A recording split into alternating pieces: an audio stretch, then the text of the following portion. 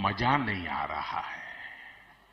हम करते हैं प्रबंध, आप चिंता मत करिए। गुजरात के खाखड़े फाफड़े जितना भी डिशेज है ना, उस पर टैक्स कर दिया, जीएसटी कर दिया 0। लेकिन बिहार के मखाने पे 5% अभी भी है। जो गया जी गए थे, मोदी जी रो रहे थे वहां पे, लिट्टी चोखा पे भी 0 है। अरे पहले सुनिए तो, मोदी जी जब गया जी आकर के रोते हैं तो हमारे तिलकुट के ऊपर, गजक के ऊपर 18%, लेकिन उनके गुजराती फाफड़े पर आप प्रियंका भारती जी, आपसे कम से कम मुझे ये उम्मीद नहीं थी। नहीं नविका जी, बड़ा दुख हो रहा है आपको, क्योंकि मैंने पोल पट्टी खोली ना प्रधानमंत्री। कौन सी पोल पट्टी? आप खाखड़ा फाफड़ा जैसे बोल रही हैं, मुझे अच्छा नहीं लगा, इसीलिए अपना प्रोटेस्ट। मैंने दुनिया के सामने ये बता दिया कैसे वो बिहारियों से नफरत करते हैं, इसलिए दुख हो रहा है। पर एक और फैक्ट के साथ बता रही हूँ, सीमेंट के दाम आज बोल रहे हैं कि सीमेंट का जीएसटी घटा दिया, ठीक है। 10 दिन पहले का बात बता रही हूँ, जो सीमेंट के दाम में 8% तक की बढ़ोतरी की गई। कैसे उन कैपिटलिस्ट लोगों के पास इंफॉर्मेशन पहुंचा कि एग्जैक्ट जितना कटौती किया जाएगा उतना एग्जैक्ट दाम बढ़ाते हैं। तू समझा? हाँ।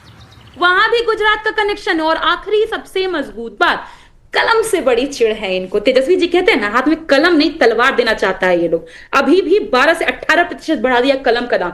इतना कलम से काहे दिक्कत है भाई? कोई पर्सनल खुन्नस है क्या कलम से? और हाँ, अब जीएसटी याद आ रहा है आपको? इतने सारे एमएसएमई बंद कर दिए, इतने सारे कंपनियों को बर्बाद कर दिया मोदी जी ने, तब जीएसटी याद आ रहा है। प्रियंका जी, उनको फायदा होगा। आपकी डॉक्टरेट है, मैं इज्जत करती हूं, लेकिन जब फैक्ट्स पर बात हो रही होती है तो आपको सुनना चाहिए ताकि जवाब देना आसान हो जाए। नहीं, ये हंस के अपनी जेब मत मिटाइए यहाँ पर, प्लीज। अरे तो हंस के अपनी जेब मत मिटाइए, यहाँ सॉरी बोलिए इस बात पे। प्रियंका जी, ये हमको कह रहा है यहाँ पर आदमी बैठ करके, जिसको विश्लेषक बना के बुलाइए करण वर्मा, पता नहीं कौन है ये सब आप पर्सनल बातें पॉलिसी मांगे हैं। हमको ये बताइए आदमी कि आपको तो पैसा देके बुलाएगा ना करण वर्मा जी?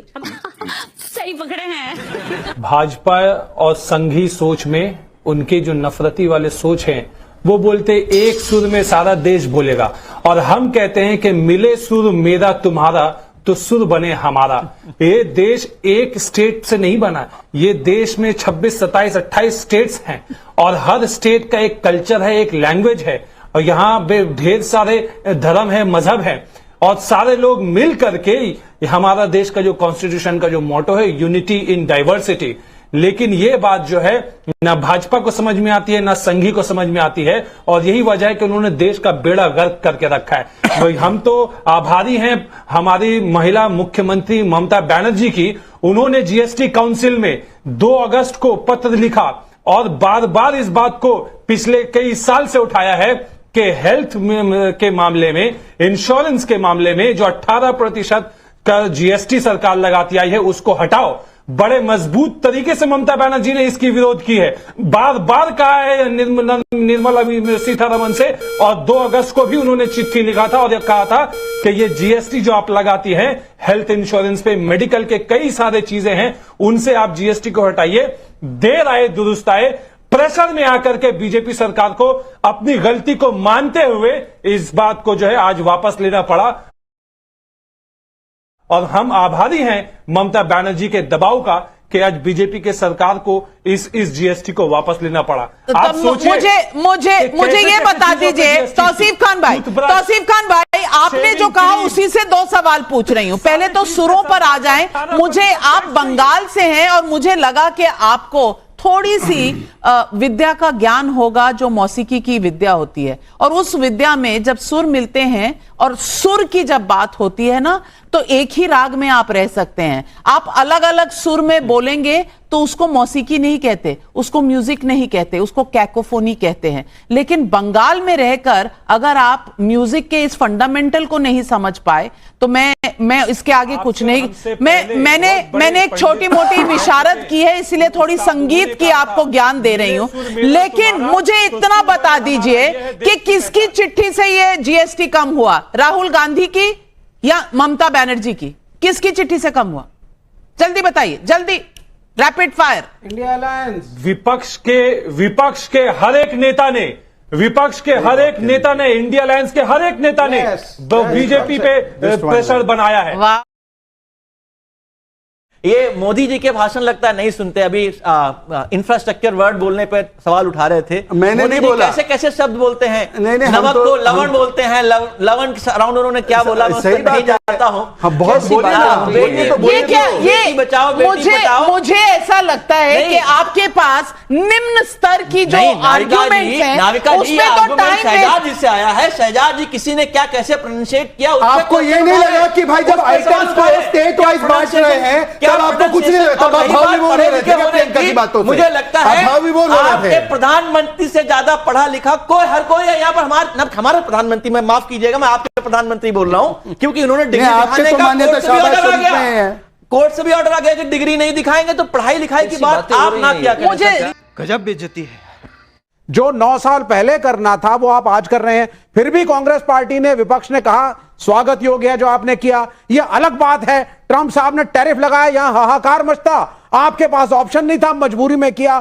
फिर भी विपक्ष ने कहा स्वागत योग्य है, ताली बजाई। तो कम से कम आपके अंदर संवेदना होनी चाहिए पब्लिक के लिए कि ये जो गब्बर सिंह टैक्स था ये तो अब चला गया, अब कौन सा मुद्दा उठाएंगे? आपने तो कहा ये सरकार बैसाखी पर है, पर ताबड़तोब रोज नई बैटिंग, नए छक्के, और बस बॉल जो है वो ढूंढना पड़ रहा है, विपक्षियों को मिल नहीं पा रहा, जनता जो है वो बल्ले बल्ले कर रही है।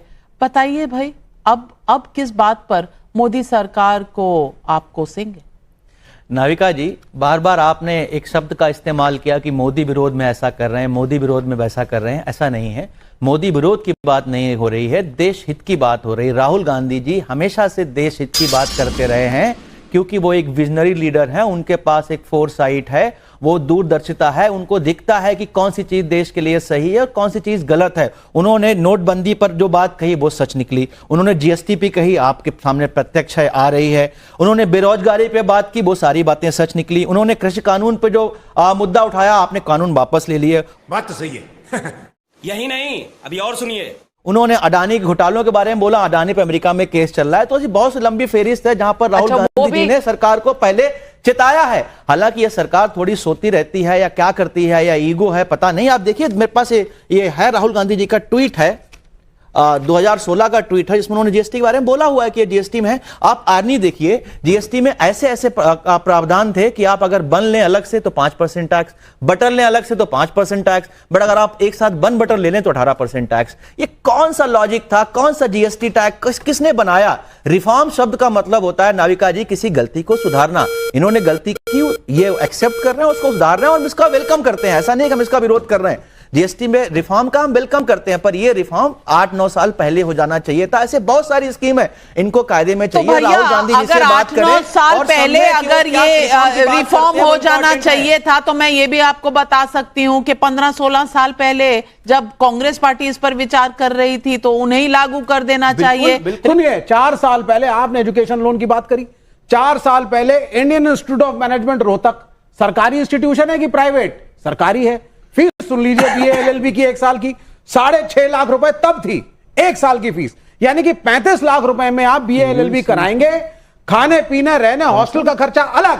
इंडियन इंस्टीट्यूट ऑफ मैनेजमेंट की फीस जरा ये मुझको बताएं, आईआईटी की फीस मुझे बताएं। फिर इन्होंने क्या कहा था शहजाद भाई ने? अरे क्यों चिंता करते हो यार विवेक, एजुकेशन लोन है ना, हमारी सरकार है, लोन मिलेगा। अरे लोन तो मिलेगा, लेकिन फीस कितनी कर दी और उस पे क्या रिबेट दोगे? अब जीएसटी कम हुआ तो आप चले गए स्कूल की फीस, कॉलेज की फीस पर। इनको प्रीमियर इंस्टीट्यूशंस नहीं चाहिए, इनको चाहिए कि सब कुछ बिल्कुल चारे की तरह चले, घोटाले की तरह चले।